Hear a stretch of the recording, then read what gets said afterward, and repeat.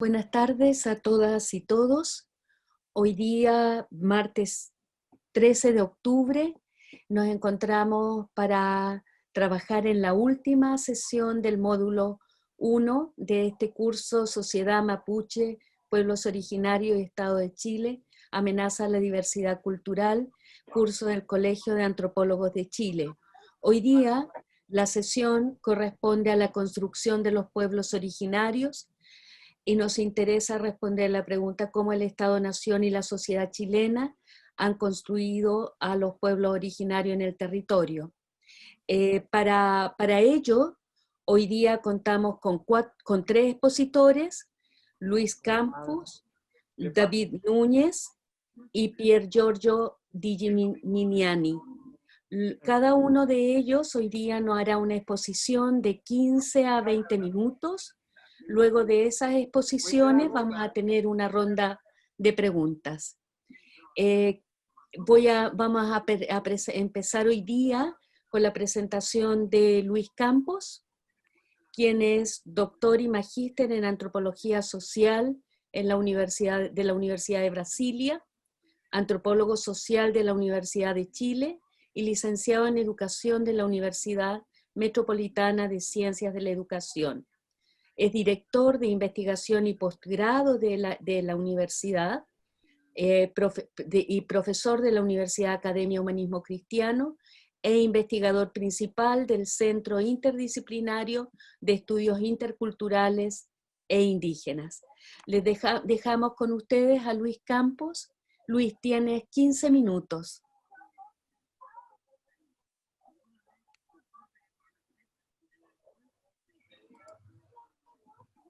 Hola, ¿qué tal? Muchas gracias, Debbie. Gracias al Colegio de Antropólogos por esta invitación. Es muy importante, lo comentábamos inicialmente, la iniciativa que se está realizando en términos de conectar al Colegio de Antropólogas y Antropólogos con una base social importante de estudiantes, de ex estudiantes, de colegas profesionales, de amigos, no solo en distintas regiones de Chile, sino también en otros países que están vinculándose para tratar temas tan importantes como estos. Bueno, voy a partir, voy a irle mostrando una presentación que es muy sucinta y que les va a permitir seguir un poco lo que yo les quiero presentar. Voy a ir acá. Bueno, ese es el inicio, ¿no? Estado-Nación.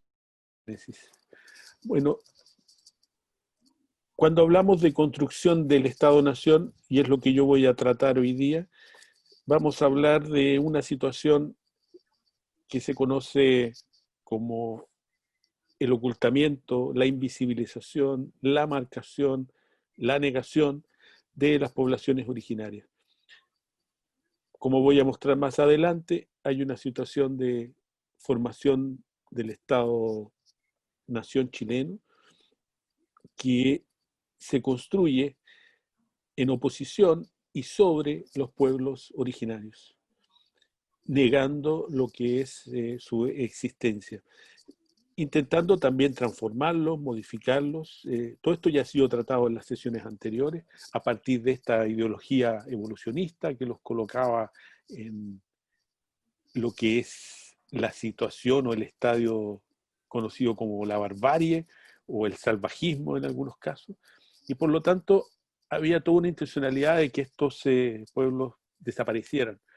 Y si, como se dio finalmente, estos pueblos no desaparecieron, la construcción del Estado-Nación hizo un levantamiento ideológico, construyó matrices ideológicas que apuntaran de todas maneras a la desaparición de estas poblaciones. Y para llegar al tiempo presente, o hace unos 20 o 30 años atrás, hubo un momento en que se dan procesos de cambio social, que yo los voy a tratar acá, y que han permitido que muchos de estos pueblos considerados desaparecidos hayan emergido en el último tiempo. Entonces, acá están los puntos que yo voy a tratar.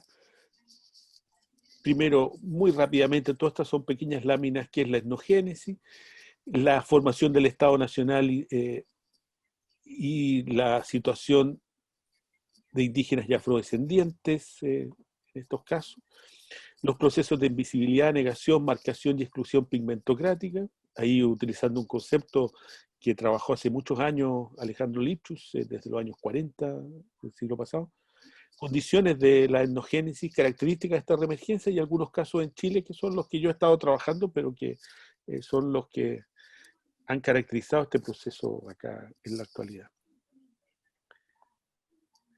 Primero, ¿qué sería o cómo estoy trabajando estos procesos de etnogénesis?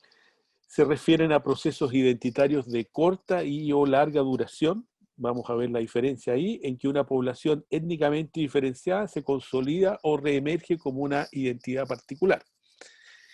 Comprende tanto transformaciones de larga duración, y aquí es de cuando se comenzó a trabajar este concepto, en Europa sobre todo, y que se identificó, por ejemplo, con la antigüedad tardía, la etnogénesis de la antigüedad tardía o la etnogénesis del País Vasco, y ese concepto es traído acá, y la primera vez que yo lo escuché estaba asociado a la etnogénesis mapuche, pero no considerándose como el concepto se maneja muchas veces hoy día con estos procesos de corta duración o de pueblos como los changos, los diaguitas que aparecieron en último tiempo, sino para procesos de construcción identitaria, etnopolítica de larga duración, como es el caso de cómo lo trabaja Bocara en relación al pueblo mapuche. Pero también alude a procesos identitarios entonces de poblaciones indígenas que eran consideradas como desaparecidas, extinguidas y o mestizadas y asimiladas, y que en los últimos años han reaparecido con fuerza demandando reconocimiento. Aquí lo que voy a transmitir un concepto de etnogénesis como un conjunto de procesos técnicos que incluyen, entre otros aspectos, reetnificación. Y ojo que acá hay distintas conceptualizaciones, algunas no todos están de acuerdo con lo que yo estoy planteando, pero yo planteo endogénesis como una especie de paraguas en donde caben muchos otros conceptos que tienen que ver con estas reapariciones, con estas transformaciones étnicas y culturales. Por ejemplo, la reetnificación orientada por la acción estatal, dicen algunos, o un agente externo que motiva este resurgimiento étnico, la reemergencia motivada por cambio interno a las propias comunidades, por ejemplo, como se ha trabajado con los Huarpes en Argentina, y la resistencia cultural, manifestada también como estrategia en contra de la invisibilización y la negación cultural. Importante esto, recuerdo haciendo terreno en Brasil con los Genipapo Tremembé, ellos tenían un letrero muy grande en su sede donde decía: no somos indios emergentes, somos indios resistentes, que es también ahí una de las posibilidades de entender estos procesos, no como reapariciones medias artificiales hoy día, sino como una respuesta a esta construcción de los Estados-naciones de pueblos que nunca dejaron de estar ahí, que nunca dejaron de pensarse como distintos, pero que sin embargo eran vistos así por la sociedad. Bueno, importante la idea de la formación del Estado-Nación en los pueblos indígenas y afrodescendientes. Tomando a Rita Segato, dice: son formaciones nacionales de alteridad, son un conjunto de representaciones hegemónicas de la nación que desembocan en la creación ficticia de una identidad étnica en que los indígenas y negros no tienen lugar, y eso a nivel discursivo y a nivel inicial, y por lo tanto los elimina la posibilidad de que estén y que sean ciudadanos, por lo menos como colectividades en un mismo país. Y esto se relaciona con los procesos de invisibilidad, y la invisibilización fue consecuencia entonces de estas formaciones nacionales de alteridad, que establecieron marcos de exclusión sustentados en criterios pigmentocráticos y eurocéntricos, y que fueron parte de la conformación de los estados latinoamericanos. Evidentemente es cultura, como lo planteaba Stavanger, cultura blanca europea, raza blanca europea, o esa conformación ideal de una raza que evidentemente surge a partir de estas clasificaciones obligadas por el capitalismo, que tienen que ver con la esclavitud primero de indígenas y luego con la esclavitud de población africana, y la trata, ¿no? Y una condición evidentemente que va a generar esta pigmentocracia de, como ya planteé, una situación que ha sido trabajada por, bueno, los colegas y las colegas que ya estuvieron acá: marcación, invisibilización, negación, evidentemente discriminación y otra serie de procesos. Bueno, todo eso evidentemente se manifestó con fuerza durante la época colonial y con mucho más fuerza, y con este discurso de la desaparición de los indígenas, de los indios, y también evidentemente después de los afrodescendientes, muy fuertemente marcado a partir de la instauración de los Estados-naciones, es decir, siglo XIX, es donde estos discursos se van a comenzar a repetir y se van a repetir como profecía autocumplida. Es decir, los estados van a afirmar que la población indígena, si no ha desaparecido, está en vías de desaparición, si no ha desaparecido, ha sido sometida a un amplio mestizaje, y ese mestizaje evidentemente va conduciendo a que ellos dejen de ser indígenas. Se van perdiendo los atributos y se impone esta categoría, que yo creo que es de las categorías, lo discutían el otro día, André Menard lo discutía, el tema de cómo esta categoría de mestizo es lo que más se entra en cuestión en este momento con este surgimiento o resurgimiento identitario, porque los mestizos son vistos o eran vistos desde la ideología nacional como poblaciones que son evidentemente no indígenas, e incluso los componentes indígenas que están en el mestizaje tienden a ser blanquizados o eliminados de la representación. ¿Cuáles son las condiciones que marcaron la etnogénesis o esta reemergencia? Bueno, procesos de democratización de los estados que obligan a nuevos acuerdos y plantean un nuevo tipo de reconocimiento, cambio en la legislación internacional, como el Convenio 169 y otros que también hay muchos vinculados a los afrodescendientes, un nuevo avance del capitalismo que afecta a zonas hasta entonces consideradas como de reservas y que evidentemente va haciendo que muchas poblaciones que habían sido, que se habían mantenido en esas situaciones y con sus territorios en propiedad o por lo menos en pose de sus territorios, hayan recibido el golpe de esta nueva oleada capitalista de finales del siglo XX, y también procesos organizativos propios y la consolidación de una intelectualidad indígena que pasa a liderar los proyectos etnopolíticos y que tiene también que ver con la formación de ellos en instituciones de educación superior, tiene que ver con una participación también en muchas de las instancias de los estados, producto de todas estas condiciones. Características de esta reemergencia. Por lo general se presenta primero un tiempo, que es el tiempo previo a la desaparición o a la invisibilización, en que la mayor parte de los casos podemos identificar como una época de la existencia real, con una evidencia arqueológica e histórica. Todos los pueblos tienen una evidencia. Evidentemente no se puede hablar de exactamente los mismos pueblos que existen hoy día, pero sí son comunidades, tienen tradiciones, tienen lengua, viven de una manera, tienen problemas, tienen acciones políticas y tienen una existencia anterior. Y luego son golpeados por los procesos de invasión, de esta invasión europea capitalista que los va a marcar tan profundamente. De ahí, y sobre todo en algunos casos en los tiempos coloniales, pero en su mayor parte en los tiempos ya de la República, se pasa a esta segunda fase, que es la fase de la desaparición, que es una desaparición discursiva, sobre todo porque en muchos lugares están ahí todavía estas poblaciones, y en donde comienza la negación incluso de la propia pertenencia, también como un mecanismo estratégico de invisibilización, porque si andaban persiguiendo a la población indígena y te preguntaban, ¿tú eres indígena? Mejor tú decías, no, yo no soy. Aunque se mantuvieran las condiciones, las creencias, las culturas, la actividad productiva, aunque se mantuviera la situación de dominación, tanto desde los ambientes y muchas veces desde las mismas poblaciones tienden a negar y se niega el componente indígena como afrodescendiente. Una tercera etapa viene siendo la de la reemergencia o la reaparición, y esto se da por estos cambios que yo había planteado, sobre todo al final de la década de los 80, pero se va a ir dando hasta hoy día, en que la identidad por distintos características se vuelve visible y comienzan procesos organizativos y demandas de reconocimiento. Y por último, una etapa que en muchos lugares se está viviendo ahora, que viene siendo una etapa de la patrimonialización, que incluye procesos de territorialización, también de performance cultural, al alero de políticas multiculturales, y también hoy día al alero de la interculturalidad más crítica, y que es la consolidación de un discurso descolonizador por parte de intelectuales indígenas, lo que va a permitir una comprensión más profunda y desde adentro de estas situaciones de reemergencia. Algunos casos, me quedan ahí algunos minutos, algunos casos que yo he trabajado y que forman parte de esta expresión de contestación a esta mirada de construcción de lo indígena y de lo afrodescendiente.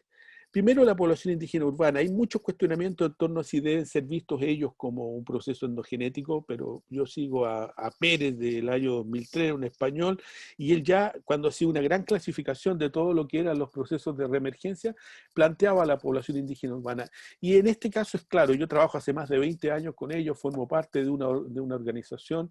Hay un proceso en el cual evidentemente ellos van llegando a la ciudad de Santiago producto de estos procesos de migración, en algunos casos forzosa. Tienen todo un periodo de, evidentemente, de invisibilización, en algunos casos llaman de blanqueamiento, y a finales de los 80, por varias cosas, comienzan, o desde el inicio de los 80, comienza este proceso de visibilización y comienzan a organizarse. Y eso va a marcar que hoy día tengamos más de 300 organizaciones en la ciudad, hay centros culturales, rucas desplegados por todo Santiago, se está jugando palina, hay una manera de acoger a las personas que hoy día están migrando, hay toda una relación que existe con las poblaciones del sur y están sumados también a la lucha política. Es un caso bien especial porque eso ha permitido que muchas personas que llegaron en este proceso de la invisibilización hayan podido retomar sus vínculos con la cultura. El caso de los Diaguitas, fue el primero. Recuerden ustedes que cuando se hizo la ley indígena se reconocieron 8 pueblos y el pueblo de Diaguita es el primero que se reconoce fuera de la ley. Y es importante, fue a partir de un estudio y luego a partir de una reforma en la ley indígena que se promulgó el año 2006. Y en esa reforma se reconoce la existencia del pueblo de Aguita. Y esto a partir de una zona muy localizada, que es la zona del Huasco Alto, de Alto del Carmen, en donde se realizó el estudio y la primera caracterización de este renaciente pueblo de Aguita. Eso fue el 2006. Para el 2017, el censo arrojó que los de Aguitas pasaron a ser desaparecidos en poco más de 10 años, a ser el tercer pueblo indígena más numeroso en Chile. Ahí hay que investigar y hay que trabajar, y hay que trabajar con las organizaciones, pero es todo un proceso que tiene que ver con una identidad individual, con identidades colectivas y con una extensión del pueblo de Aguita hoy día que está prácticamente en todo Chile, pero sobre todo evidentemente en las zonas de Vallenar, Copiapó, también en la región de Coquimbo, en la región de Valparaíso, en muchos otros lugares. Los afrodescendientes, el proceso comienza el 2000, pero evidentemente hay antecedentes previos, pero el 2000 con la conferencia pre-Durban y luego con Durban, y un proceso que se va dando sistemáticamente con organizaciones que van luchando, que demandan estar en el censo, que demandan luego el 2009 un primer proyecto de ley de reconocimiento y que consiguen este reconocimiento oficial por parte del Estado chileno en abril del año pasado. Es decir, hace muy poco tiempo. Los changos es el proceso que acabamos de vivir y que también forma parte de un proceso de emergencia que se origina más o menos en el año 2000, 2002, 2003, ya había gente que estaba pensando y trabajando con los changos, quizás el pueblo que todo el mundo da por más desaparecido, pero insisto, cada uno de estos procesos contesta la imagen que se había construido desde el Estado-Nación con respecto a estas poblaciones. Un Estado-Nación que está interesado efectivamente que estas poblaciones desaparezcan. Y por último, yo voy a tratar el caso voy a presentar el caso del Maule, que es donde estoy trabajando ahora, porque eso cierra un poco el panorama territorial como para ir concluyendo ya. Estamos hablando de una zona en donde se conformó Chile, previo incluso a la invasión de las tierras de la Araucanía, previo a la guerra del Salitre del Pacífico, que iba desde Copiapó hasta la frontera con el río Biobío. Y esa es la frontera y ese es el espacio en donde con mayor fuerza se declaró la desaparición de esas poblaciones. Las poblaciones que estaban al sur del río Biobío, bueno, ya sabemos todo lo que ha sido el problema, como lo llaman en el Estado, el problema de la Araucanía, pero las poblaciones que estaban al norte del río Biobío y hasta Copiapó fueron las que más marcados se vieron afectadas por estos discursos de formación de la alteridad nacional que negó la presencia de indígenas. Y bueno, es precisamente en esos sectores, y a eso le sumamos el caso de la frontera norte con Arica y con los afrodescendientes, en donde se han dado las reapariciones de estas poblaciones. Y es porque precisamente se contesta estas formaciones de identidad nacional. Creo que, para cerrar, no hay caso, para mí no hay caso de movimiento más importante hoy día en las Américas, porque no ocurre solo en Chile, que este proceso que quiebra estándares y que quiebra maneras muy muy estereotipadas de construir la realidad indígena, muy malintencionadas por parte de las élites de cada uno de los Estados-naciones, y creo que uno de los procesos de revuelta más importantes y que, insisto, rompe una manera de entender lo indígena a partir de procesos identitarios que se van a seguir dando, porque aquí no hay ninguna posibilidad de que no surjan otros pueblos. Por ejemplo, los Selknam, que ya están a punto de ser reconocidos, los charrúas en Uruguay y una cantidad de pueblos a lo largo de toda América. Bueno, eso es lo que yo quería plantear. Muchas gracias. Gracias, Luis.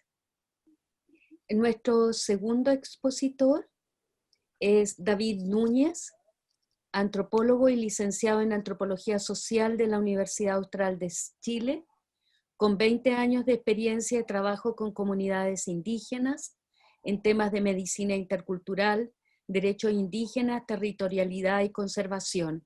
En la actualidad asesora a comunidades indígenas de Chiloé, Aysén y Magallanes en el resguardo de sus espacios marinos y costeros, y se desempeña en diversos proyectos de rescate de patrimonio cultural inmaterial en el mismo territorio. Es socio de la organización no gubernamental POLOC y miembro honorario del consorcio TICA, Coalición Internacional que promueve el reconocimiento y apoyo a los territorios conservados por comunidades indígenas y locales. David, tienes 15 a 20 minutos para hacer tu presentación. Gracias. Bueno, muchas gracias. Primero que nada, les pido disculpas de antemano si mi lenguaje es poco académico, ya que mi experiencia como antropólogo ha sido más bien práctica o aplicada, y estoy un poco alejado, digamos, de estas pistas, pero quiero hoy día hablarles de un par de casos que yo creo que ejemplifican muy bien varios de los elementos que acaba de plantear. Disculpe, se me olvidó su nombre. Voy a hablar de los chonos, quiero hablar de los chonos, que son un pueblo, ¿no es cierto?, que ha pasado por este proceso como de desaparición, y cuando hablo de los chonos estoy ocupando una etiqueta que es problemática, que es discutible también. Bueno, así como el pueblo mapuche ocupaba un espacio territorial que era vital o interesante para el proyecto del Estado-Nación, ¿no es cierto?, en el siglo XIX, hay otros pueblos como los chonos o changos, los chonos y los changos, que habitan espacios que en aquella época en que surge la República no eran tan interesantes o que pasan desapercibidos. Y de hecho la estrategia de algunos grupos mapuche para sobrevivir es desplazarse hacia estos espacios que son de menor interés, como que son espacios invisibles para el Estado y sus dispositivos, y en algunos casos también para los colonos. Entonces, ejemplo de esto son las comunidades pehuenches de Alto Biobío, de Quinquén, y comunidades como las del Lago Puelo, que son grupos familiares que son despojados de sus tierras en el Valle Central, y buscando un lugar donde asentarse y poder desarrollar su vida, se instalan, ¿no es cierto?, en estos valles cordilleranos que en aquella época estaban relativamente desocupados.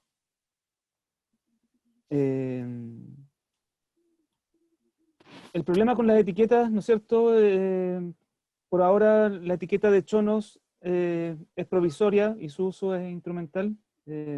Sabemos que estos endónimos, estas etiquetas muchas veces no son, o sea, son impuestas o son, por así decirlo, son un mote, un sobrenombre que le ponen sus vecinos a estos grupos, y muy pocas veces, salvo que ese pueblo esté vivo y su lengua esté viva, podemos saber si realmente ellos tenían un nombre para llamarse en un conjunto, ¿ya?, a todos ellos. También hemos conversado sobre los riesgos e inexactitudes de igualar cultura y etnia o cultura a pueblo. Y cuando hablo de pueblo chono, estoy hablando de una posibilidad más que de una esencia, ¿ya? O sea, voy a plantear que el pueblo chono es una posibilidad hoy en día, quizá así como desapareció, esté resistiendo y pueda reaparecer.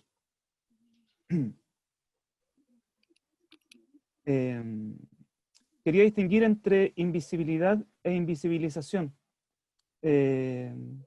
Invisibilidad, ¿no es cierto?, como el hecho de no ser visto por el Estado o por la ciencia o desde cualquier otra posición en una sociedad que es racista, puede ser una opción del propio grupo que es invisible. Mandando cotizar los timbres. O también, Como uno y del por otra logo, parte, la la invisibilización tapa y de lo se que refiere sea, a decisiones tomadas u 8 con por la 8. intención de invisibilizar, ya sea por acción u omisión a un determinado grupo. Puede ser hasta 9 por 9. Hay alguien que está hablando. Considero que hay una situación de injusticia que afecta hasta el presente a un grupo importante de gente que habita un vasto territorio en las regiones de los lagos y de Aysén. Sabemos que el pueblo chono se considera oficialmente extinto desde que en el siglo XVIII, a principios del siglo XVIII, un grupo de familias chono o chonas llegan a Chiloé, específicamente a Calbuco, que en ese tiempo era parte de aquella provincia, solicitando ser radicados y protegidos por los misioneros. Estas familias fueron radicadas en las islas como Guar, Chaulinet y en la isla de Quinchao, en Punta Chiquén. Todo esto dentro de su territorio de ocupación ancestral, ya el territorio chono, si nos basamos en la toponimia que ellos dejaron, se extiende entre la zona de Maullín por el norte hasta el Golfo de Penas por el sur. Entonces estos grupos en el siglo XVIII, una parte importante de los chonos llegan, o guaigüenes como eran llamados, llegan a Chiloé, solicitan ser radicados y protegidos por los misioneros, y se cree o se supone que otro grupo huye hacia el sur del Golfo de Penas y se mezcla con los cahuescas, ¿no es cierto? Con el fin, ¿no es cierto?, de evitar ser atacados por chilotes, por cazadores, había un montón de amenazas que ellos estaban eh, que ellos estaban sufriendo constantemente, ¿ya? Desde un inicio en que fueron cazados y vendidos como esclavos, hasta después en que eran vistos como salvajes y paganos, ¿no es cierto? Y no tenían ningún espacio ellos para poder vivir y validar su forma de vivir en una sociedad como la de Chiloé de aquella época.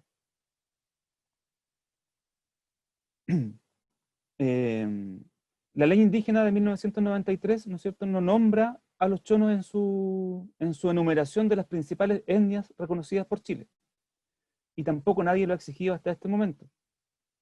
La mayoría de los habitantes antiguos y profundamente enraizados en esta zona son de apellidos de origen mapuche, lingüísticamente hablando, ya bien, apellidos que antiguamente fueron nombres y que están compuestos de palabras en idioma mapudungún. Estos apellidos se extienden en todo el sur de Chiloé, Melinca, Puerto Aguirre, en todas las localidades costeras de Puerto Aysén, abundan estos apellidos.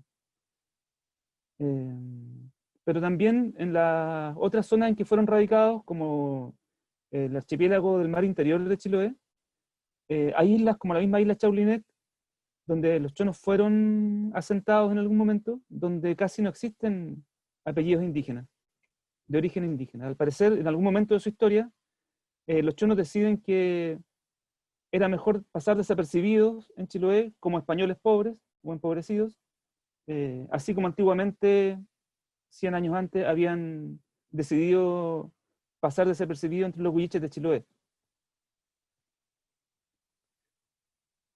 Bueno, esto tiene como consecuencia que hoy en día, para acceder a los derechos y beneficios, por así decirlo, de la ley indígena, estas personas y estos grupos han conformado comunidades mapuche y huilliche. El problema es que la misma ley indígena indica en su artículo 60 que son mapuche y huilliche las comunidades indígenas ubicadas principalmente en la 10ª región y los indígenas provenientes de ella.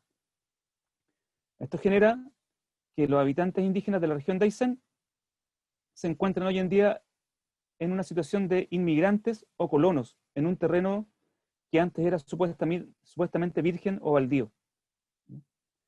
Y esto ha provocado que deban vencer una serie de trabas para conformar comunidades indígenas.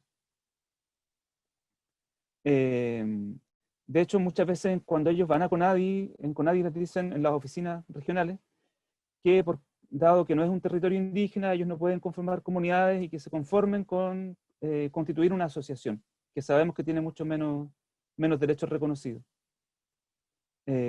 O cuando han exigido, por ejemplo, las comunidades de Melinca, el derecho cultural de la caza de lobos marinos. Y es interesante esto porque si bien, por ejemplo, los Cahuéscar de Puerto Edén sí tienen una cuota de lobo marino, de caza de lobo marino,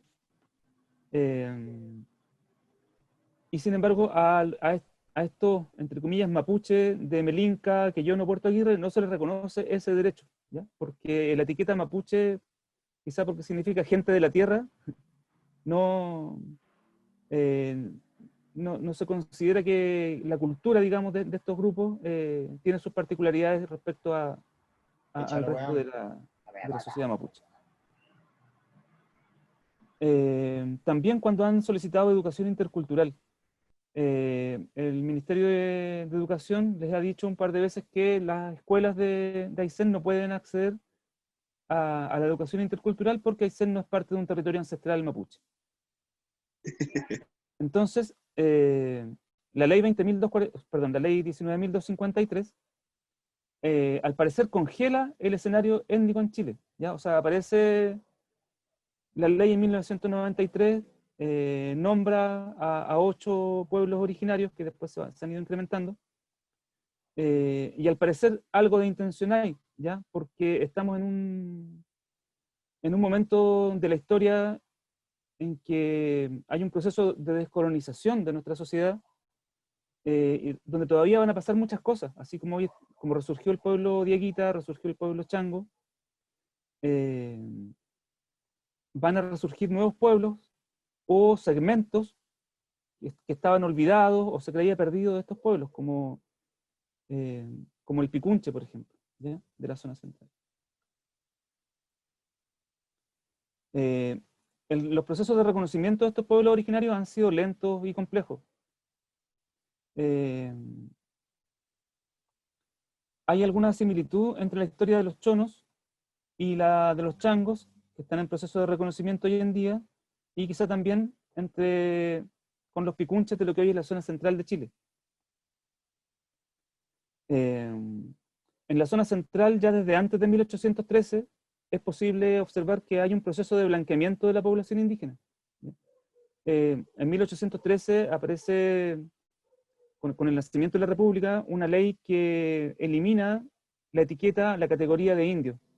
Por lo tanto, desde ahí en adelante, todos los que estamos al norte del Biobío pasamos a ser chilenos, y eso provoca que se eliminen también las protecciones que había sobre las tierras indígenas de aquella época, y como les decía, al parecer el proceso de blanqueamiento era anterior, o sea, ya en 1813, ya a principios del siglo XIX, gran parte de la población indígena ya no tenía apellidos indígenas, o incluso es posible que muchos de los indígenas de la zona central nunca hayan llegado a ostentar un apellido de origen indígena. El proceso de blanqueamiento sigue vigente hasta hoy, ¿ya? Aquí en la zona central, ser de piel morena es sinónimo de ser feo, ¿ya? Eso siempre ha sido así, por lo menos yo me crié en ese contexto. No digo que no sea feo, quizás si fuera blanco sería igualmente feo, pero esto sigue siendo ocurriendo hoy en día. Eso significa que en la historia, durante 300 años o 200 años, cuando se ha podido elegir la opción de tener un apellido español, se ha elegido esta opción. Y eso tiene también una consecuencia en la composición de la familia. Si uno hace un análisis de los apellidos indígenas, hay muchos más apellidos indígenas como segundo apellido que como primero, ¿ya? O sea, una mujer indígena prefiere formar pareja, digamos, con una persona de apellido no indígena, y así sus hijos ya no son indígenas. A los chonos, que eran libres y nómades, se les hostilizó en su momento, fueron cazados y vendidos como esclavos, y finalmente, cuando ellos logran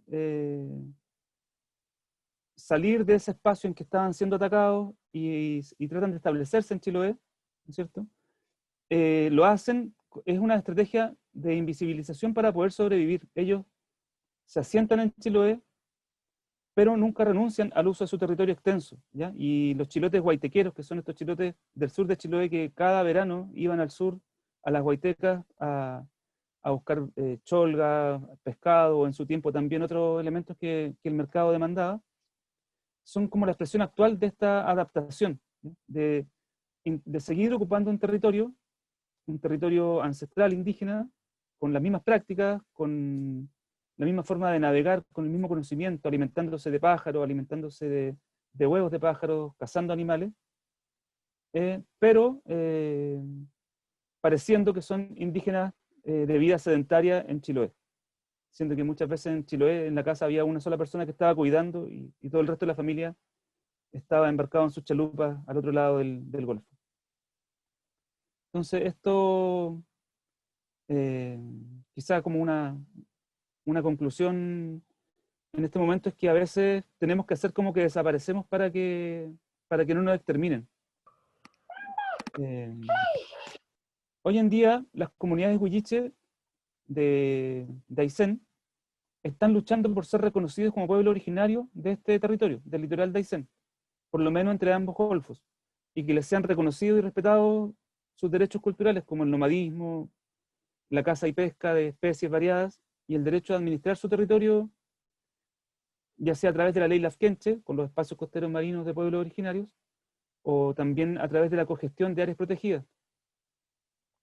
Es importante e interesante que cuando estos huilliches o estos chonos mapuchizados, huillichizados, cuando intentaron ser colonos en Aysén, es decir, cuando exigieron el mismo trato que el resto de los colonos, igualmente fueron discriminados como indios. En el siglo XX, muchas de las familias que se habían asentado en alguna isla, en algún sector del litoral de Aysén, solicitaron a bienes nacionales la regularización de sus terrenos, tal como lo hacían los colonos alemanes, o de cualquier otra nacionalidad que llegaban también al interior, y en general no tuvieron respuesta positiva o fueron tramitados durante 20, 30 años, hasta que se cansaban, hasta que se morían. Un ejemplo de eso es la isla Traiguén, en la región de Aysén, donde la familia estaba intentando regularizar, incluso habían solicitado a CONADI en los últimos años la compra o la regularización de esos terrenos, que eran del ejército, o que estaban, mejor dicho, eran fiscales en manos del ejército, y haciendo caso omiso de esa solicitud, el Estado vende esa isla a un particular. ¿Ya? Así como eso hay muchos casos en Aysén. Entonces, bueno, hoy en día, si los chonos quisieran resurgir, reemerger, hay un montón de elementos y de antecedentes antropológicos que podrían fundamentar este resurgimiento. Y ya existen algunos trabajos en esta línea, ya que si bien son trabajos modestos, son trabajos que hemos realizado en conjunto con estas comunidades, en el marco de las solicitudes de espacio costero marino de pueblos originarios. Como ustedes saben, el Estado permite hoy en día a las comunidades solicitar los espacios costeros marinos que ellos están ocupando, siempre y cuando puedan fundamentar el uso ancestral de estos espacios, y también el uso actual, obviamente. En ese marco hemos podido reconocer el territorio en conjunto con las personas que trabajan, con los buzos, los pescadores, y yo he podido observar que no solamente hay un registro y un rastro arqueológico, por ejemplo, del pueblo chono, sino que hay un montón de conocimientos que están vivos, y también hay una comunicación de la gente con su territorio, donde son muy importantes los sueños, que se sueña cómo va a estar el mar, si hay que cruzar, por ejemplo, un cuerpo de agua de cierta extensión que es peligroso. Antes de partir en la mañana se toman en cuenta lo que se soñó en la noche, antes de partir, para saber cómo va a estar el mar. También hay muchos elementos, lugares que son tabúes, donde se evita pasar por ahí o no se miran, sin embargo no se habla de ellos, lo que es muy, muy parecido al concepto de aeyamas o tabú que tienen los cahuéscar. Entonces, a ver, volviendo atrás, una cultura no es un pueblo y tampoco lo son los rasgos que desde afuera podamos identificar y podamos proponer que son los rasgos esenciales o característicos, por así decirlo, de un pueblo. Un pueblo, obviamente, ¿no es cierto?, es un conjunto de personas que reconocen una historia en común, se identifican, se sienten que son un nosotros, sienten que tienen una historia en común, y en este caso, un territorio que es bien definido y que tiene una forma de ocupación también muy definida. Sería, sería, eh, sería muy bonito que en Chiloé no existiera esta división étnica entre indígenas y no indígenas, porque en Chiloé hay mucha gente que habita en las islas menores que no tiene apellidos indígenas, pero que comparten la misma forma de vida, comparten las mismas pautas culturales, también tienen los mismos cuidados con el espacio intermareal, incluso con la pincoya, con todo el elemento cosmovisional. Y sin embargo, ellos no pueden acceder a administrar un espacio costero, por lo menos no directamente, lo tienen que hacer bajo el paraguas de una comunidad indígena. Entonces pienso que también lo único que los separa a una persona no indígena de una indígena en Chiloé, según las categorías actuales, ¿no es cierto?, lo que se reconoce el Estado, la CONADI, es probablemente el racismo. El racismo de Chiloé, que hace que una persona que tenga un apellido español, por ningún motivo quiera llegar a ser relacionado con lo indígena. Pero bueno, pienso que en este contexto de descolonización, en este proceso de descolonización en el que nos encontramos, muchas de estas cosas pueden cambiar, pueden variar. En el lugar donde yo vivo, que es aquí en el litoral central, estamos justamente en este momento en un proceso de reconocimiento también de los elementos culturales, changos y picunches, mapuche, por así decirlo, que hasta el día de hoy habían sido... David, ¿Disculpa? 3 minutos, Ya, disculpa. ya. Que durante mucho tiempo se habían obviado, no se los había mirado. De pronto, cuando empezamos con el proceso de recuperar algunos elementos de historia, empiezan a aparecer de toda la gente que está participando hoy en este momento, un montón de historias. Decía, gente que dice, oh, pero si mi abuelo vivía en una ruca que era igual a esa que sale en esa foto. Nosotros antes, mi abuelo, mi papá buceaba a apnea, sacaban locos, y así un montón de historias que empiezan a aparecer y que están cambiando, como quizá nunca lo pensamos, el escenario de estos lugares del litoral central que tienen una historia oficial que es muy, muy elitista. O sea, la historia del Algarrobo, la historia oficial es la historia de la llegada de los veraneantes con picos que venían de Santiago. Asimismo, la historia de Cartagena y del Quisco. Entonces ahora estamos recuperando la otra historia que estaba olvidada, y nos estamos también reconociendo en esos rasgos que compartíamos y que antes nunca tuvieron ningún valor. Bueno, hasta ahí lo voy a dejar. Ya, gracias. Continuamos después, David. Gracias. Ahora nuestro tercer expositor es Pier Giorgio Di Gimignani, doctor en antropología por la University College of London. Actualmente se desempeña como profesor asociado de la Escuela de Antropología de la Pontificia Universidad Católica de Chile. Es subdirector de investigación e investigador principal del Centro FONDAP-CIR. Su trabajo se enfoca en asuntos relativos a agricultura, tierra, conservación, derechos indígenas, microemprendimiento y Estado en Chile y en Italia. Tienes 15 a 20 minutos, Pier Giorgio.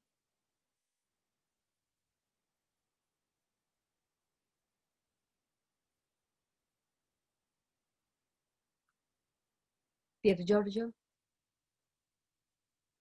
¿lo tenemos o no? Perfecto. Ya. Muchas gracias Debbie, muchas gracias también a Luis y David por su posición, a Pamela Fernandoy y Rodrigo Burgos, que nos acompaña técnicamente en el día de hoy. Si estoy haciendo bien lo que pensaba hacer, debería estar mirando mi PowerPoint en este momento. Sí. Perfecto, ahí estamos bien entonces. Y mi tercera intervención, digamos, siguiendo lo que acaban de contarnos Luis y David, se enfoca en sigue enfocándose en la pregunta por la visibilidad, invisibilidad y visibilización e invisibilización, ¿no es cierto? Pero sin embargo no lo hace respecto a grupos sociales que viven un proceso de resurgimiento, de etnogénesis, sino más bien en grupos donde la pregunta relevante también de un punto de vista político también es, no solo es qué está surgiendo acá, pero cómo se define lo que está surgiendo. O sea, cuál es la definición de un pueblo-nación en particular, y cuál es la definición relevante políticamente de ciertos elementos que son fundamentales para este pueblo-nación, en particular tierra y otros recursos naturales. Y la pregunta refiere sobre todo a la importancia que cumple el Estado y la sociedad en general en definir tanto qué es una identidad y también qué son los objetos de esta identidad, y obviamente las reacciones de resistencia que pueden existir entre los pueblos-naciones. De alguna manera, lo que voy a hablar a continuación se centra en la formación de sujeto, en esta idea. En la política, el discurso del Estado hacia el pueblo-nación mapuche. A lo largo de mi investigación, digamos, los años pasados, me ha interesado mucho la manera en que el Estado, mediante sus categorías legales, definen ciertas ideas. Voy a mencionar nuevamente qué es una identidad indígena y qué es, por ejemplo, una tierra o territorio. Y sin embargo, estas definiciones no son simplemente definiciones por el gusto de definirla, sino son efectivamente herramientas políticas. O sea, son definiciones que implican cierta manera de relacionarse con el entorno natural. En un sentido relativamente básico del término, la formación del sujeto se refiere a un proceso político, y eso lo dijo entre varios, digamos, Michel Foucault, filósofo francés, en el cual la relación entre poder y conocimiento es muy estrecha. Es decir, finalmente, todas las sociedades a lo largo de cierta época son predominadas por ciertos discursos. Entonces, el sujeto finalmente es la función o resultado del discurso. Y por ende el sujeto es ideal, ¿no? Es un tipo de ciudadano ideal, es un tipo de individuo individual, y no se ve necesariamente reflejado en personas de carne y hueso. Eso, sin embargo, no significa que esta creación de este sujeto ideal, con toda la parafernalia de la ley, ¿no es cierto?, del derecho, de la burocracia, etcétera, no sea relevante. Porque justamente este sujeto ideal finalmente es lo que direcciona conducta y aspiraciones de personas, digamos, que de alguna manera se identifican con este sujeto ideal. Entonces, este sujeto ideal tiene que ver con los reflejos de los valores dominantes de cada época. Entonces, de alguna manera, el quiebre fundamental histórico en el caso mapuche chileno, y obviamente la figura idealizada del guerrero independentista contra el Imperio Español, que es una imagen muy fuerte, que hasta ha sido apropiada por el movimiento independentista del 1800, pero esta figura desaparece en la manera en que finalmente la república se impone, ¿cierto? Eso es solo un ejemplo de este sujeto ideal. Para estudiar este sujeto ideal en la práctica, finalmente necesitamos enfocarnos en los procesos educativos, ¿no? Son los procesos en los cuales se define algo que es difícil de definir, ¿no es cierto? ¿Cómo debería portarse ese sujeto? ¿Qué quiere ese sujeto? Y cómo el Estado debería relacionarse con él. Entonces, este no es un proceso lineal tampoco. Las personas no simplemente adoptan este sujeto ideal, sino que se transforman. Hay rechazos también y antagonismo a esta idea de sujeto ideal. Y el caso más emblemático, podemos decirlo, que es ese neologismo que nos han dejado varios antropólogos, entre cuales quiero mencionar Charles Sale y Rosamel Millamán, del indio permitido, ¿no? Que es un sujeto que no está tan en la política, que no tiene una conciencia necesariamente anticolonial muy presente, y que sin embargo es muy activo racionalmente en el mercado, ¿no? Entonces, por ejemplo, voy a mencionar posteriormente el caso del emprendimiento indígena, que en teoría podría estar respondiendo a este ideal del indio permitido, ¿no? Que es un indio que la política neoliberal permite, o sea, que es un sujeto que no es un peligro para el Estado, ¿no es cierto? No destabiliza de alguna manera cierto proceso económico y social. Entonces, el Estado chileno tiene mediante no solo la ley, sino también mediante mucha burocracia, manera en que uno se define, ¿no? Como persona, de distintos casos. Entonces, el reconocimiento jurídico, del cual hablaron Luis y David, digamos, abre la problemática posterior de la definición de quién es y cómo es un miembro de un pueblo-nación para el Estado. El Estado, en un contexto colonial o postcolonial, digamos, es decir, de una continuidad con modelos coloniales, tiene un problema, que es definir quién son las personas que tenemos que gobernar, ¿no? Eso es fundamentalmente. Entonces, la pregunta por la visibilización y la invisibilización tiene mucho que ver con la pregunta de la legitimidad, es decir, ¿qué tipo de sujeto es legítimo? ¿Qué forma de ser indígena hoy día en Chile es legítimo? ¿Cierto? Entonces, toda esa discusión sobre este estereotipo del terrorismo, ¿no es cierto?, que nos bombardean los medios, digamos, que crean también miedo, ¿no es cierto?, son parte de esta delegitimización, ¿no?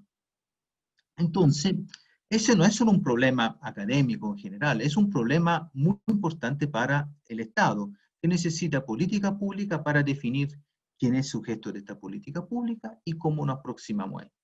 Entonces, el contexto básico, en el caso del cual voy a hablar, que es el sur de Chile, el caso del pueblo nación mapuche, es la ley indígena del 1993, ya ya mencionada por Luis y David, la ley 19.253, que es un poco la base, ¿no? Que define que existen pueblos originarios y que deja un poco la cancha abierta para que distintas instituciones del Estado trabajen para hacer categorías, ¿no? ¿Cómo hacemos que este pueblo tan distinto entre sí, con identidades mixtas, ¿no es cierto?, tenga que ver con una definición en la cual todos podemos estar de acuerdo, en teoría. Entonces, la manera en que funciona esto en Chile es mediante cierta práctica burocrática. Una práctica burocrática clásica es la calidad indígena, certificado de calidad indígena, que es la forma en que una persona es definida como indígena por el Estado chileno. Es una forma muy centrada en la genealogía, ¿no es cierto? O sea, demostrar, por ejemplo, la presencia de apellido indígena o algún rasgo de conexión con abuelo, padre, etc. Y hay muy poca participación local. Es decir, puede haber, pero es muy poca. Es decir, no hay ninguna comunidad local, por ejemplo, que pueda definir quién es o quién no es efectivamente un miembro de este grupo, ¿no es cierto? Entonces hay una una tendencia muy liberal y muy individualizada en la calidad indígena. Es algo personal, ¿no es cierto? Nunca es una elección que es también relacionada con lo que es una comunidad de pertenencia. También hay otra transformación, entonces, ¿qué es una comunidad indígena, no es cierto? Es un proceso constante de creación de organizaciones, el cual mencionaban también David y Luis, ¿no es cierto? Sobre, que tiene que ver con activación de nuevas redes sociales, ¿no? Entonces, un grupo de vecinos que todos se identifican como miembros de un pueblo-nación indígena, de alguna manera vuelven a activarse ciertas redes sociales que eran no tan evidentes anteriormente, gracias a la comunidad, es una comunidad indígena, comunidad administrativa, y la exigencia que impone esa comunidad indígena para postulación a proyectos, para políticas públicas, etc. También existen divisiones y también existe la problemática que mencionaba David con el caso del área indígena, de lugares donde no existe una definición clara del Estado, entonces donde efectivamente, como el contexto urbano, resulta más difícil un empoderamiento local de la definición de quién es miembro de un grupo indígena. Y finalmente también hoy día estamos frente a una situación en la cual, sobre todo en medios conservadores, hay un cuestionamiento constante en base a una cierta forma muy idealizada de mirar el pasado y muy malintencionada también, que es cuestionar la autoridad indígena. No, es que originalmente los machos son mujeres, entonces los hombres no pueden ser machos. Hemos escuchado este discurso una y otra vez, digamos, para descalificar cierta demanda indígena. Y eso tiene que ver efectivamente que se le está siendo algo absurdo y paradójico a mucha comunidad indígena, que es demostrar una representación indígena que nunca existió potencialmente, mediante, por ejemplo, figura como el presidente o directivo de una comunidad, dirigente, y a la vez se le está pidiendo eso cuando toda la política del Estado chileno, desde la invasión de los territorios indígenas en el sur de Chile, los territorios mapuche en el 1880 y algo, toda esa política era justamente para decir que eran individuos, no tenían representación comunitaria, excepto con esa figura como el cacique. Entonces, la definición del sujeto no es solo de quienes indígenas o no para el Estado, pero también de las demandas que tienen estas comunidades. Entonces, desde el 1993 se abre un fondo llamado Fondo de Tierra y Aguas Indígenas en la agencia estatal más grande de asunto indígena, que es CONADI, en Chile, y empieza un proceso que resulta todavía contradictorio, porque de alguna manera mucha comunidad indígena, mediante el involucramiento con la CONADI, están en un proceso de reconstrucción territorial o restitución o reparación. Sin embargo, esas definiciones no son las que fundamenta la obra de CONADI, que se ve a sí misma como un instituto de desarrollo. Entonces, lo que hace CONADI es entregar tierra, ¿no? Entonces, CONADI nunca acepta, digamos, devolver tierra en su sentido básico del concepto de la institución. Y hay distintos procedimientos adentro de demanda de tierra, que son mediante dos procedimientos adentro de un artículo 20 de la ley del 1993, que uno es simplemente un subsidio, digamos, como existe la política de subsidio habitacional, etcétera, que la ley trae, y otro que es justamente para la resolución de conflictos, y ahí que se entra en una semántica muy compleja entre decir que no es una restitución de tierra, que es una entrega para resolución de conflictos, ¿no? Un poco la mentalidad de la resolución de conflictos casi a nivel sindicalizado, empresarial, ¿no? Entonces, obviamente, otra definición de sujeto muy emblemática es, ¿estamos hablando de tierra o territorio? ¿No? Porque la tierra es un objeto, ¿no es cierto?, relevante para la subsistencia de muchas comunidades indígenas a lo largo del país, sobre todo en el sur de Chile, Pero la tierra en cuanto tal implica que efectivamente es una cantidad, es una categoría cuantitativa. Yo tengo tanta hectárea, la puedo vender, la puedo transar en el mercado. Y eso es sumamente importante para la actividad agrícola de mucha comunidad indígena mapuche, ¿no es cierto? Sin embargo, la tierra también está asociada a valores que son más amplios que ese concepto, que podemos definir a grandes rasgos del territorio. Para entender esa diferencia podemos mencionar dos casos. La división entre, en la ley chilena actual, entre lo que es tierra y subsuelo, ¿no es cierto? Todo lo que es 20 centímetros abajo de esa tierra es propiedad estatal, ¿no? Entonces no se reconoce esta propiedad si es que se está reclamando un territorio, por ejemplo. Y otro caso emblemático es la tierra, división tierra-agua. Según un código de agua impuesto en dictadura en 1991, hay una división tajante entre estos dos recursos naturales. La palabra territorio ayuda a juntar no solo valores relacionados a la memoria, al recuerdo de ciertos lugares, a la importancia para, digamos, reclamar también una identidad indígena para uno mismo, pero también al hecho que no son separables los recursos naturales, ¿no es cierto? No son simplemente tierra o subsuelo o agua, ¿no es cierto? Es un conjunto. Y esta divisiones que, vuelvo a definir, parecen ser solamente discusiones sobre lo que es una categoría u otra, son muy relevantes, porque esas categorías son impuestas, digamos, en el proceso de reclamación territorial indígena mediante este sistema de entrega de tierra por parte de CONADE. Entonces, estamos al frente de algunas preguntas. Cuando una comunidad, digamos, se enfrenta a la posibilidad de reclamar terreno mediante la herramienta de CONADE, existen algunas preguntas. Por ejemplo, ¿cómo delimitar los límites de territorio ancestrales cuando esto tenía flexibilidad y uso individual y colectivo? No eran propiedades privadas, tal como se piensa generalmente hoy día en un contexto más capitalista. Pero, sin embargo, hay que demostrar que sí lo son para que sean consideradas por el proceso de CONADE. También existe una pregunta sobre el régimen de evidencia, o sea, la evidencia es toda una política, entonces, ¿qué documentos se pone en una carpeta? ¿Qué rol tiene el informe arqueológico, antropológico, etc.?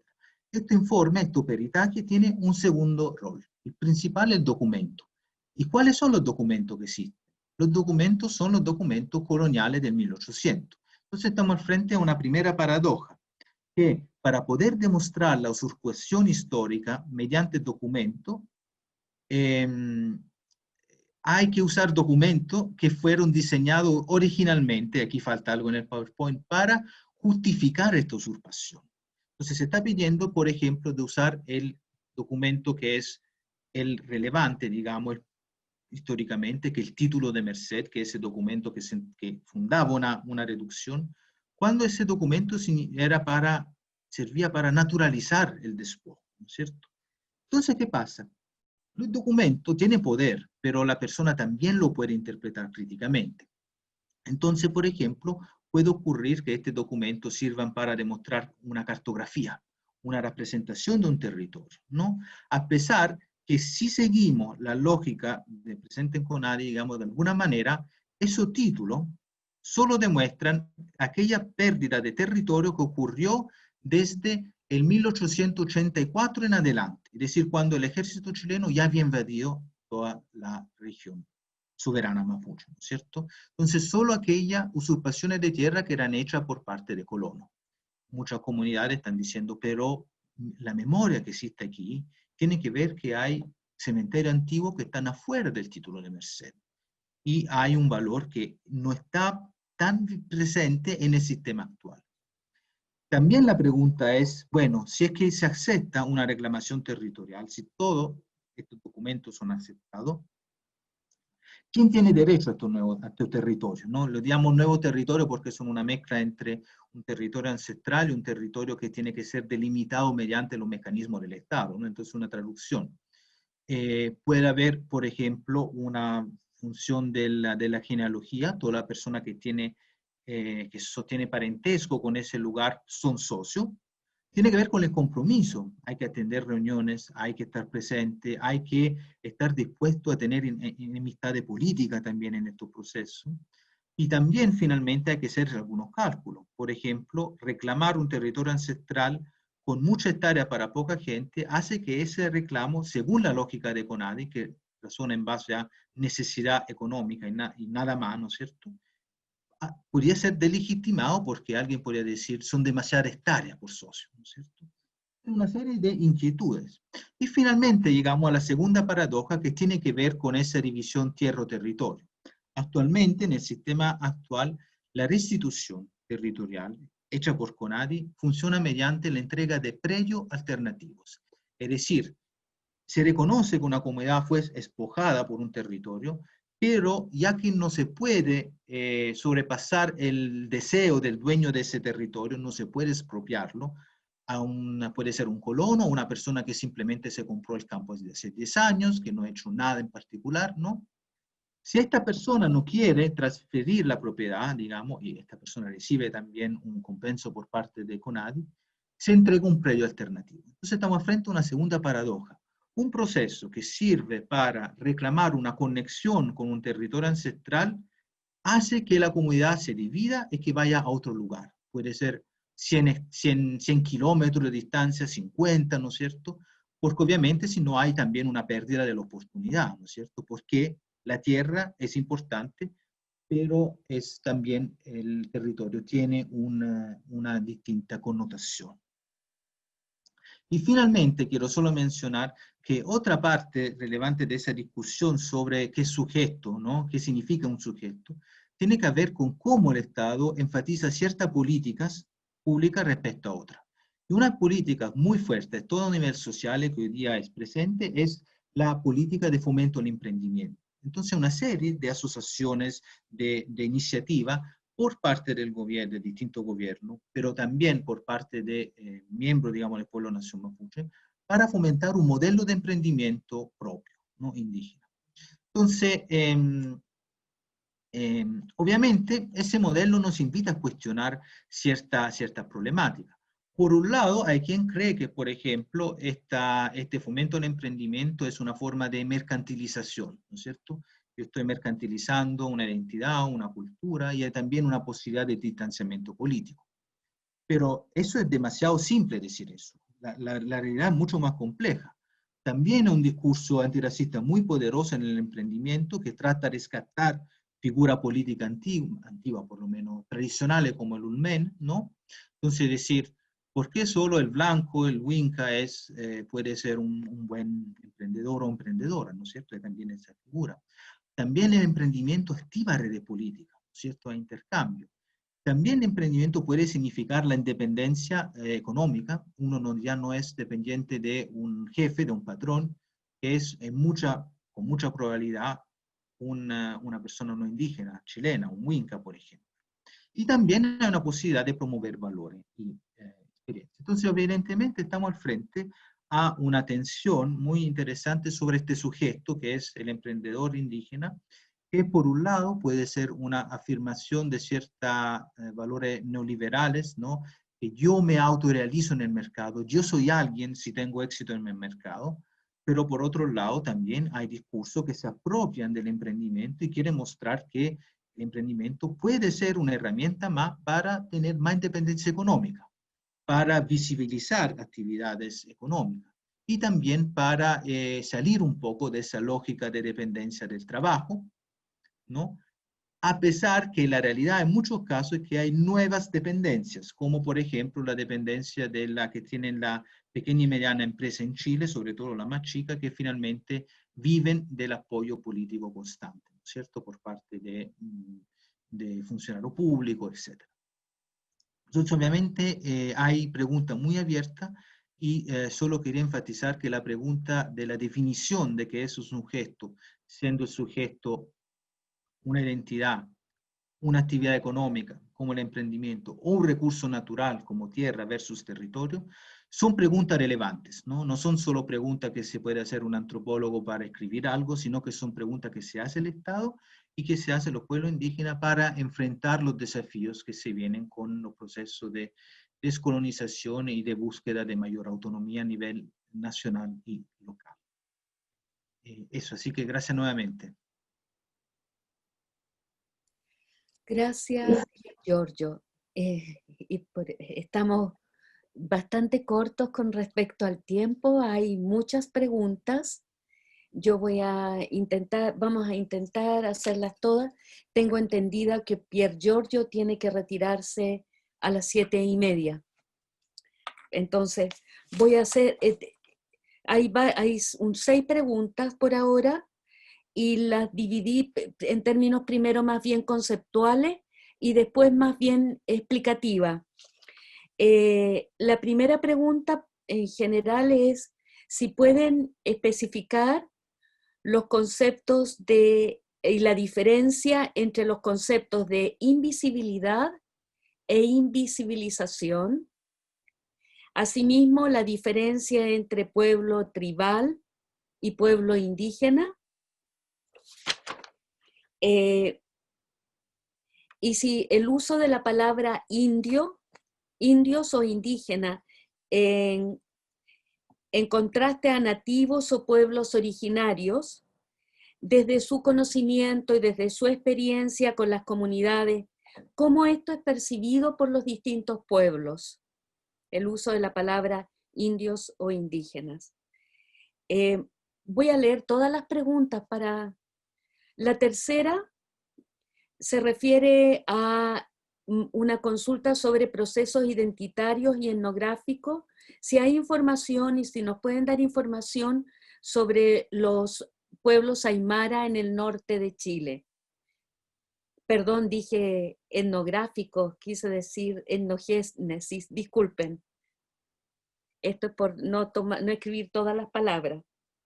¿De qué modo se puede dar la comunicación entre el reconocimiento estatal del territorio ancestral, si lo pensamos en las diferentes en las diferencias epistémicas y de cosmovisiones, es decir, en las separaciones como fronteras simbólicas?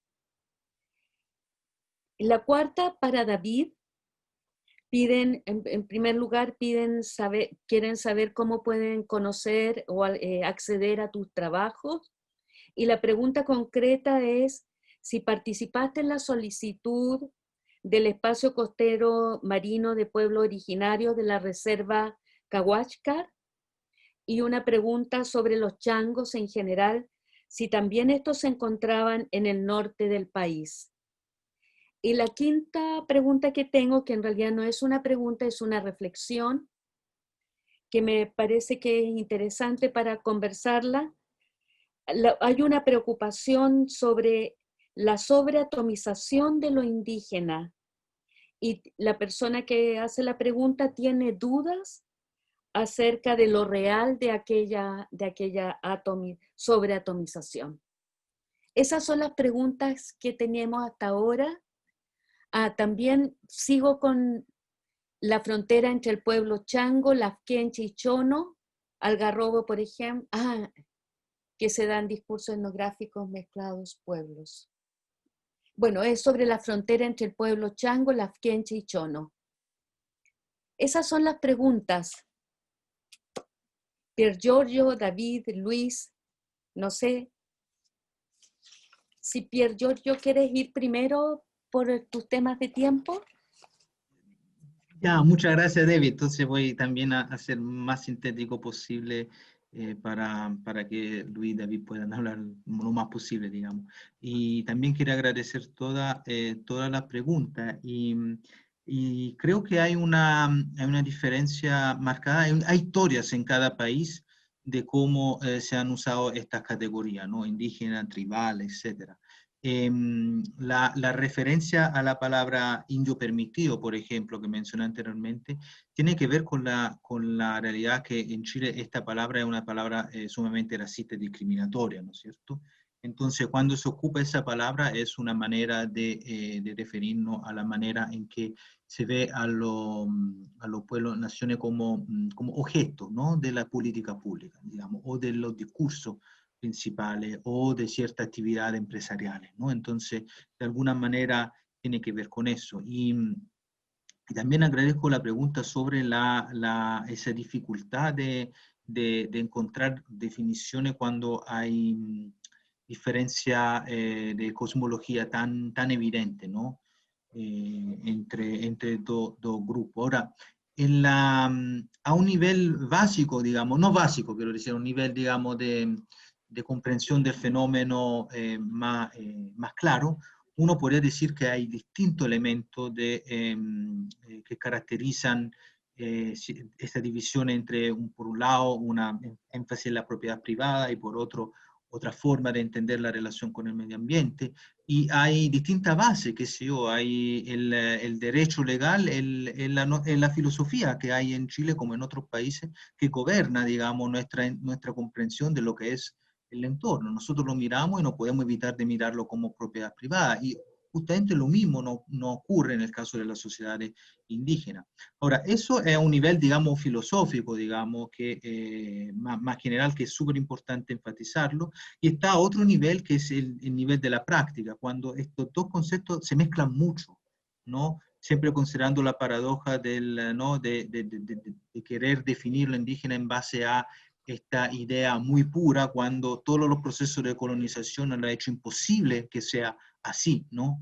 La sociedad indígena. Entonces, a un nivel etnográfico puede resultar interesante hacer investigaciones concretas, con fines muy aplicados, de cómo estos dos conceptos no solo existen separados, porque sí son separados, pero en la vida cotidiana de las personas, de muchos miembros de la comunidad indígena, estos conceptos se encuentran muy mezclados, ¿no? Por el hecho de que se encuentran mezclados no significa que puedan haber diferencias muy fuertes a la hora de preparar reclamación de tierra o demanda política que son muy legítimas. Y ahí el problema es que el lenguaje que vale más para el Estado es el lenguaje del derecho, ¿no? Y ese lenguaje, ¿cuánto espacio hay para que caiga en otros conceptos?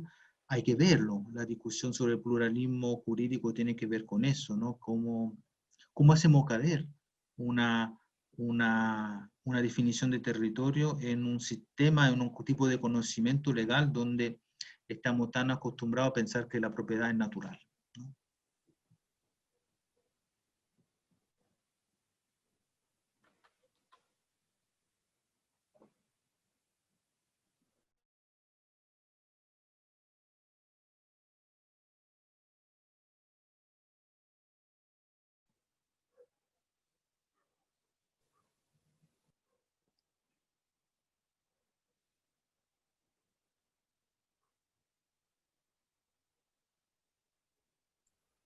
David, perdón. Disculpe. Bueno, voy a seguir un poco con lo que estaba hablando recién Per Giorgio.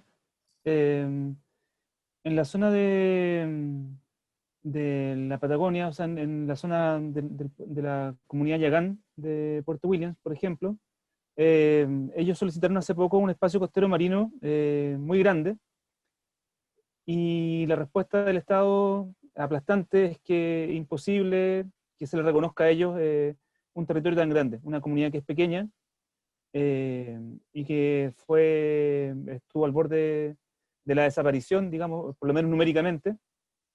Y claro, nos damos cuenta que estamos todo el tiempo hablando en lenguajes distintos. La comunidad está hablando de un territorio ancestral en el que quieren recobrar el derecho de navegar y de utilizar sin tener ninguna traba, y el Estado le responde que no puede darle un espacio tan grande en goce privado a la comunidad, siendo que los espacios costeros marinos tampoco hablan de un goce privado, son espacios compartidos. Y eso creo que es lo más difícil hoy en día, porque los funcionarios estatales, los funcionarios de los servicios públicos, no tienen las herramientas para poder entender esta diferencia, y creo que ahí los antropólogos quizás hemos sido un poco activos en eso, en tratar de incidir en ese espacio. Porque claro, finalmente estas cosas terminan judicializándose y finalmente a lo mejor ahí puede ser que se gane. Pero no hay una, o sea, obviamente hay, quizá no es ignorancia, a lo mejor también hay un también no querer entender porque no les conviene, ¿ya? Pero hay de las dos cosas, o sea, también hay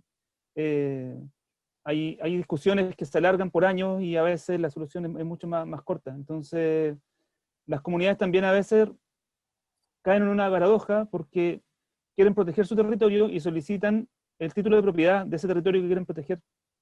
Y a lo mejor tampoco lo necesitan. O sea, también están siendo inconsecuentes con su propia epistemología. Pero son las trampas, digamos, de este juego en que estamos finalmente en una batalla constante de querer proteger espacios, formas de vida, de amenazas que tienen que ver con el desarrollo del neoliberalismo. Y la otra que quería responder es si los changos estuvieron en el norte del país. Yo creo que Luis Campos puede responderlo mejor. Si estás de acuerdo, Luis. Y respecto a la reserva Cahuéscar, yo hice un trabajo con esas comunidades Cahuéscar de Puerto Natales y Punta Arenas, las que están solicitando EMPO en la reserva, y están solicitando también administración. Y aquí volvemos a lo mismo. Ellos no están solicitando en este caso la propiedad de la reserva Cahuéscar, ni tampoco necesariamente el espacio costero marino. Lo que pasa es que el espacio costero marino es la única herramienta que hoy en día las comunidades tienen para detener la salmonicultura, porque aquí el Estado hizo una jugada para que esa reserva pueda tener salmonicultura adentro. Otra comunidad Cahuéscar que está más al norte, la de Puerto Edén, ellos están dentro de un territorio que es área protegida, es un parque nacional, y el parque nacional se ha reconocido que no puede tener salmonicultura, por lo tanto ellos están tranquilos con esa figura. O sea, en este caso la comunidad Cahuéscar no está pidiendo el traspaso de tierra ni un espacio costero marino. Están tranquilos con estar dentro de un área protegida siempre y cuando se les permita a ellos mantener su forma de vida. Y creo que ese es un ideal, pero también es un escenario ideal, porque no es el escenario en que están mezclados los colonos y las comunidades, ¿no es cierto?, y apretados y todos tratando de acceder a los mejores espacios. Eso. David, hay una última pregunta para ti, me gustaría hacértela. ¿Qué te parecen los mapas que representan a los habitantes de Chiloé como cuncos, huilliches y chonos? ¿De qué manera se ven marcadas esas diferencias internas en la isla? Y si hay un mayor reconocimiento como mapuche huilliche, como huilliches a secas o como cuncos, más cercano a la zona de Osorno. Y en lo que respecta a los chonos, ¿hay sitios y enterratorios que den cuenta de un patrón distinto en los funerarios? Y luego voy a agregar una pregunta para Luis. Bueno, en Chiloé, en la actualidad yo creo que predomina, en mi experiencia por lo menos, la identidad mapuche-huilliche, ¿ya? Es decir, verse y sentirse como una identidad territorial más del gran pueblo mapuche y compartiendo este proyecto de reconstrucción nacional, ¿ya? Mapuche, que yo creo que es importante plantearlo también. Y hay también otro grupo que no es menor, o sea, que no es tan pequeño, que están reivindicando una identidad netamente huilliche, como un pueblo aparte, y están solicitando ese reconocimiento. Como les decía, chonos, hasta el momento no he visto comunidades que reivindiquen los chonos como una identidad aparte. Sí hay comunidades como la de Isla Cailín y la de Melinca, que se reconocen como mapuche, huilliche, chono, o lafkenche y chono, es decir, no se complican tanto con las etiquetas, pero sí están reivindicando la identidad chono como una herramienta, como un piso para reivindicar también ese territorio, que antiguamente fue chono y que no es reconocido como mapuche hoy en día. Había otra pregunta que preguntaba por el límite entre los changos y los lafkenche, los changos y los lafkenche, o los chonos y los lafkenche. Es eso mismo, es difícil que exista un límite y quizá tampoco es necesario. Y en el caso de Algarrobo, por ejemplo, hay los antiguos changos, entre comillas, porque chango no se refiere, seguramente Luis lo puede explicar mejor, no se refiere necesariamente a una identidad, ¿ya? No es un territorio en que quizá antiguamente todos decían somos changos, compartimos una lengua, por ejemplo, compartimos las mismas pautas culturales. Quizá lo único que compartían era su apego al mar, pero aún así el proceso de reconocimiento rescata, ¿no es cierto? Es como un espejo, rescata también descripciones, rescata cómo fueron vistos y fueron llamados, porque tampoco changos que sea una palabra que ellos ocupaban. Así que bueno, no hay una respuesta y es súper complejo, interesante, y estamos tratando de... acá en Algarrobo a la comunidad indígena le pusimos comunidad Lafkenche Chango, y así no, Chango Lafkenche. No sé si se me queda algo. Con respecto a los cuncos, en Chiloé no he visto ni escuchado que alguien reivindique ser cunco como identidad. Gracias, David. Luis, te voy a agregar una pregunta. ¿Cómo se están autoafirmando en el Maule? Maulinos, picunches, mauleches. ¿Cómo ven lo promaucae? Esa es la pregunta. Ya, voy a partir por esa última para que no se me vaya olvidando. Hay distintas denominaciones, dependiendo de las organizaciones que estén trabajando, dependiendo también del mayor valor que se le quiere dar a los mapuches. Lo que yo he trabajado con ellos es fundamentalmente, o anda fundamentalmente en torno a una identidad mapuche de la ribera norte del río Biobío, y que en algún momento podría, en términos de estos mismos juegos terminológicos que está planteando muy bien David, podrían pasar a identificarse también como mapuche picunche. Y eso lo he visto desde Santiago, por lo menos, incluso desde la Concagua, hasta también la zona, la frontera que marca el río Biobío. No sé cuál va a ser finalmente la resolución. Lo más seguro es que sea una resolución mixta, que es la que también ha señalado David, donde los pueblos se identifican con más de una identidad. Por ejemplo, Diaguita Chango, que ha ocurrido, o Chango Picunche, que está pasando ahora porque las cuestiones van cambiando. En relación a Promaucae, sí, también está presente y muy marcado también por lo que fueron las investigaciones que se realizaron en determinados momentos, sobre todo por Leonardo León.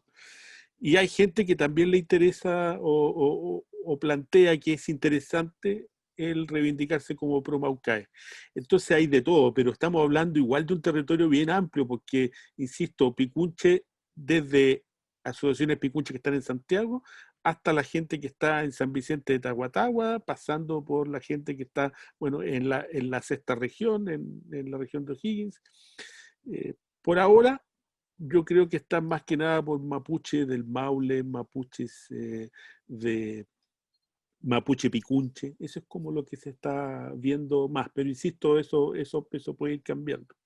Lo que me queda más o menos claro es que una reivindicación que se da dentro del contexto cultural de los mapuches.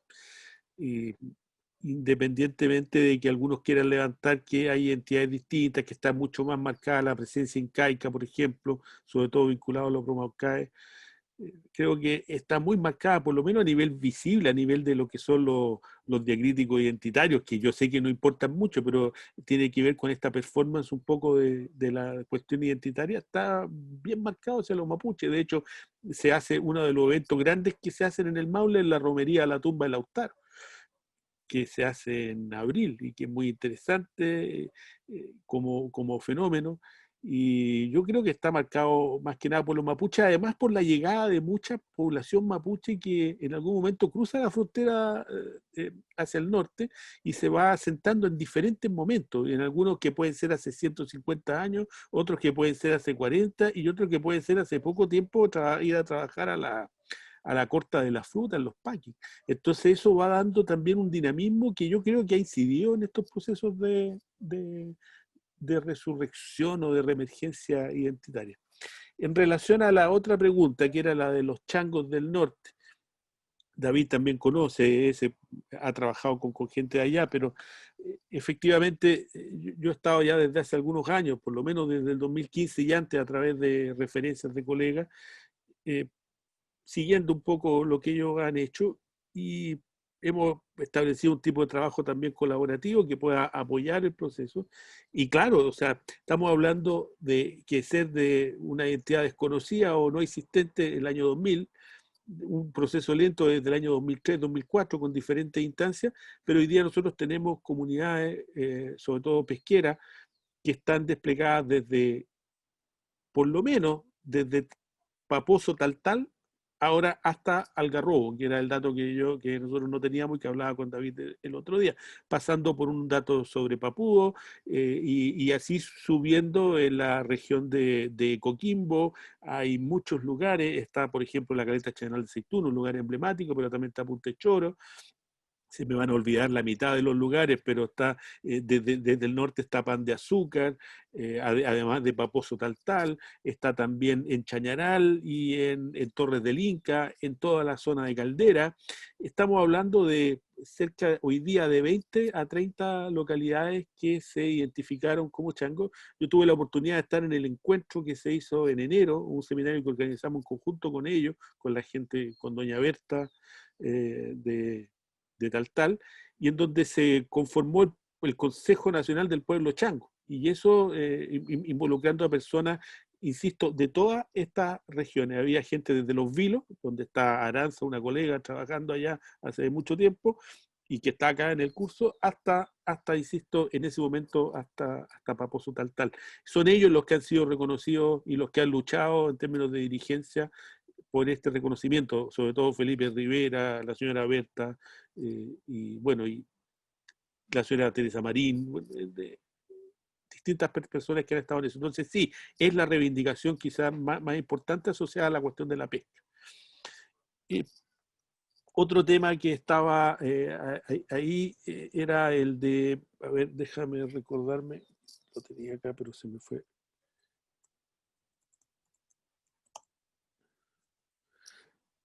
Estaba la cuestión de la atomización de lo indígena que alguien preguntaba. O sea, es complicado. Evidentemente, mientras más pueblos hayan, hay una cierta teoría que tiene que ver con los procesos de dominación que pueden ser más eficaces, y también se puede leer que todo este reconocimiento de estas identidades tiene un corte multicultural y que en verdad no está reconociendo la fuente de todas estas discriminaciones e invisibilizaciones. Pero lo que yo creo, y por eso yo trabajo en esto hace mucho tiempo, es que hay un antes y un después de cuando se te reconoce legalmente como pueblo originario. Y eso inmediatamente te genera una serie de derechos en los cuales tú puedes participar. Y de ahí, y son reconocimientos básicos, pero de ahí en adelante lo que se puede construir es lo que no se sabe y no se conoce y lo que se va ganando con los años. Entonces, yo creo que hay una ventaja grande en sí ser reconocido, independientemente de que eso eventualmente pueda llevar a algún tipo de fermentación, pero nosotros no somos quienes como para decirle a un pueblo, ¿sabe qué? En verdad usted reconózcase como diaguita, porque pueden ser mucho más los diaguitas, entonces ¿para qué van a ser changos? Sean atacameños de la costa, sean diaguitas de la costa, sean aymara de la costa, ¿y para qué se van a llamar changos? ¿No? Yo creo que ahí los pueblos tienen la autonomía, y si existía la denominación, y si ellos quisieron rescatarla por distintas razones que son múltiples, yo creo que están en todo su derecho, y el asunto es que nosotros tenemos que trabajar porque los elementos de ley que muy bien ha mencionado Piero en este rato, no sean tan injustos, tan ambiguos, tan contradictorios y tan paradigmáticos en relación a cómo se construyen los procesos identitarios y a los derechos que se reconocen. Otra consulta en relación al proceso aymara en el norte de Chile. O sea, evidentemente hay una construcción, todas las identidades se construyen a lo largo de todos los años y de muchos años, y de procesos identitarios de muchos años. Los aymara efectivamente es un conjunto de pueblos distintos que tienen unidad lingüística, en algunos casos ni siquiera tienen unidad lingüística tan pura, y que fueron reconocidos como un pueblo, porque además tienen este pueblo madre que casi está subido arriba de un Estado-nación hoy día, que es Bolivia. Entonces ahí hay una fuerza muy grande, y evidentemente creo que etnogénesis aymara en términos de cuando surge el pueblo aymara, no, pero sí, por ejemplo, en el caso de Quillagua. Quillagua es un oasis donde yo trabajé en los años 90 y que en esa época nadie se declaraba como indígena en ese lugar. Y sin embargo, el año 2003, después de una serie de problemas, como por ejemplo, se inundó el río con material pestilente que venía de las mineras de arriba y varias otras cosas que les pasaron, en el 2003 se declaran, con la dirigencia de Víctor Palape, se declaran comunidad indígena aymara de Quillagua. Bueno, ahí hay un proceso de emergencia que está vinculado a la población aymara. Y hay otros que han transitado desde ser primero aymara y luego se han transformado en quechua. Sucede en muchos casos en el norte en que estas identidades están así. Otro tema más que se planteaba, que alguien lo dijo, mencionó a Diego Escolar, con la cuestión de la etnogénesis y estas identidades preexistentes que se dan en contextos de conflicto y claro, cuando son gatillantes, o sea, la situación de que un pueblo emerja, en los casos que nosotros hemos trabajado, y digo nosotros porque yo formo parte de un equipo, en muchos casos tienen que ver con la llegada, yo decía, de un avance del capitalismo, la llegada de proyectos que van a disputar las tierras donde vivía la gente y por lo tanto se someten a una situación en que pueden ser expulsados y antes de ser expulsados comienzan todo un proceso de decir, ¿por qué nos van a expulsar si nosotros estamos hace mucho tiempo acá? Y bueno, ¿y desde cuándo estamos? ¿Y cómo estamos? Y desde ahí se comienza a construir una narrativa que rápidamente, en todos estos casos, los va a vincular con una situación de lazos con la población originaria que vivía ahí antiguamente, porque en muchos casos efectivamente existen esos vínculos y son muy fáciles de rastrear.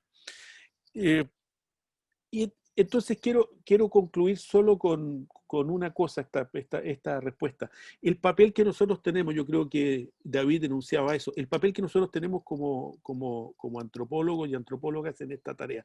Creo que nosotros tenemos que avanzar en poder trabajar en pos de estos procesos, viendo la mejor manera en la cual nosotros podemos aportar a partir del conocimiento que nosotros tenemos. Yo creo que el trabajo que nosotros hemos realizado y que han realizado una serie de ex estudiantes de la Academia de Humanismo Cristiano, por ejemplo, ha sido importantísimo, porque yo diría que gran parte, muchos de los procesos efectivamente están asociados a alguien que estudió o trabajó con nosotros y que tiene una perspectiva de que hay que apoyar y hay que trabajar en estos procesos, y hay que trabajar influyendo, como decía David, en las políticas públicas, generando conceptos claros que no sean ambiguos, que puedan ser materia de decisión jurídica, trabajando colaborativamente con las comunidades, enfocándose en los temas que a ellos les interesan resolver, es decir, apoyando los procesos y no necesariamente desde un punto de vista de una investigación que yo voy, investigo y hago lo que a mí me da la gana. Estamos en un proceso de transformación social y yo creo que la labor de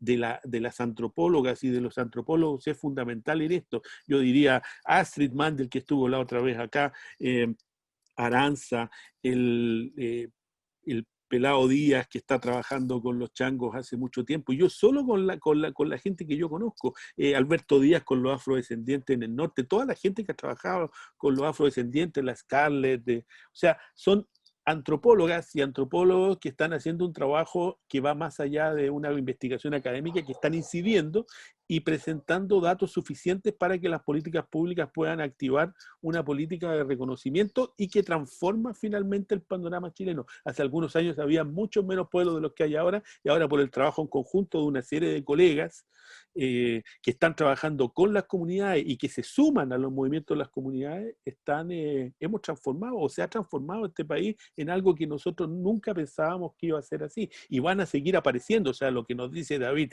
sobre los chonos es fantástico. En algún momento se hablaron de los cuncos, en otro momento se habló de los comechingones, la diferencia entre mapuche y huilliche, mapuche pehuenche, todo lo que está pasando en el Maule. Este país se va a levantar entero en una razón indígena y ya no va a haber posibilidad de que alguien te diga, tú no puedes ser comunidad porque estas tierras no son indígenas. Eso es algo que está lentamente pasando a ser algo del olvido, porque todo Chile evidentemente tiene una matriz indígena y tiene que ser reivindicada y levantada. Gracias Luis, gracias David y gracias Pier Giorgio. Lamentablemente estamos alcanzados en el tiempo, podríamos haber seguido conversando sobre esto. Yo tenía una pregunta para ustedes, en algún momento se lo haré, en relación al rol de las mujeres en estos movimientos de etnogénesis. En algún momento podremos conversarlo. Con esto quiero finalizar este módulo. Esta es la última sesión del módulo 1 que fue organizado por la Universidad Austral de Chile, por el Instituto de Estudios Antropológicos, y en ese contexto quiero agradecer a Rodrigo Burgos, que es periodista del CIR, que nos acompañó durante toda esta sesión y que va a seguir trabajando más adelante, y a nuestras y nuestros expositores.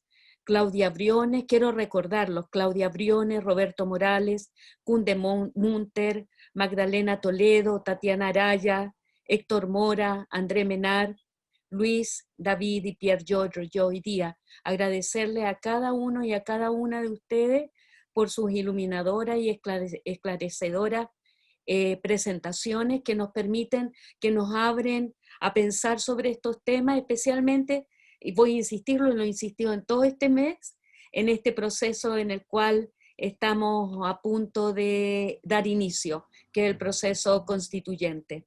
Creo que estos temas son relevantes para ello.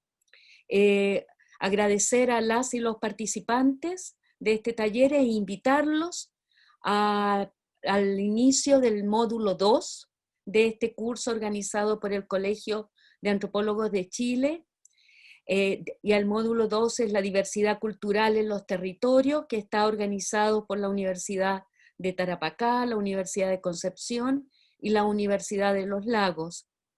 Los invitados e invitadas para la próxima sesión son Salvador Rumián, Ricardo Álvarez, Amilcar Forno y Prosperina Queupán.